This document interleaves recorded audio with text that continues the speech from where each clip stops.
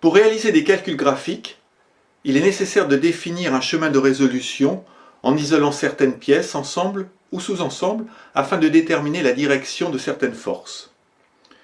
J'insiste que ce concept s'applique autant aux pièces qu'aux ensembles.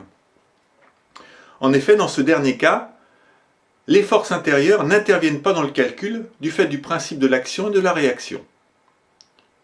Pour déterminer la direction de ces forces, il faut se rappeler qu'on peut les déterminer à partir de trois cas suivants. Contact ponctuel sans frottement. La direction de la force est normale à la surface de contact. Attention, on parle bien de direction et non de sens. Le sens sera déterminé ultérieurement par calcul. Solide soumis à deux forces. Le principe fondamental de la statique impose que la somme des forces soit égale à 0. Les deux forces sont donc opposées. Mais il impose aussi que la somme des moments soit égale à 0.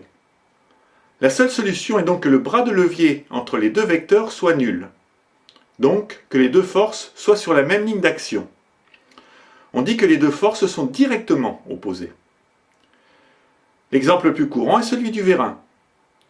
En reprenant l'exemple des vidéos précédentes, si on isole le vérin, on en déduit que la direction des forces en A et B sont selon AB. Mais je n'anticipe pas sur le sens de ces forces, même si dans ce cas, le résultat est évident.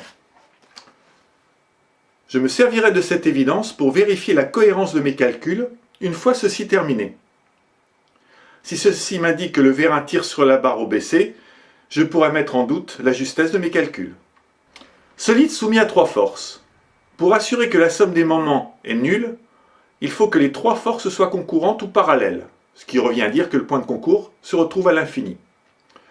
En effet, prenons deux forces et calculons la somme des moments au point d'intersection I de ces deux forces.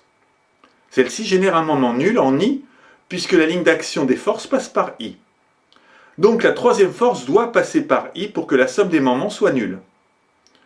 En reprenant toujours le même exemple, on peut appliquer ce principe à la barre OBC ou à l'ensemble du mécanisme.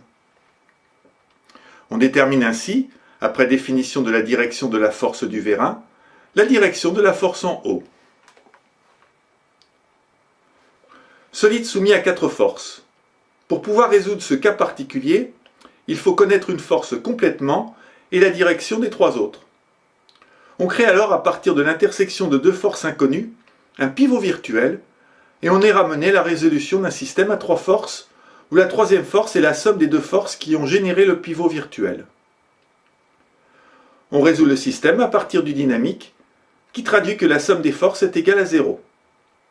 Attention, on a F plus C plus A plus B égale 0. Donc on part de l'origine de F pour y revenir. Mais on a A plus B, donc qui est la somme des deux vecteurs A et B.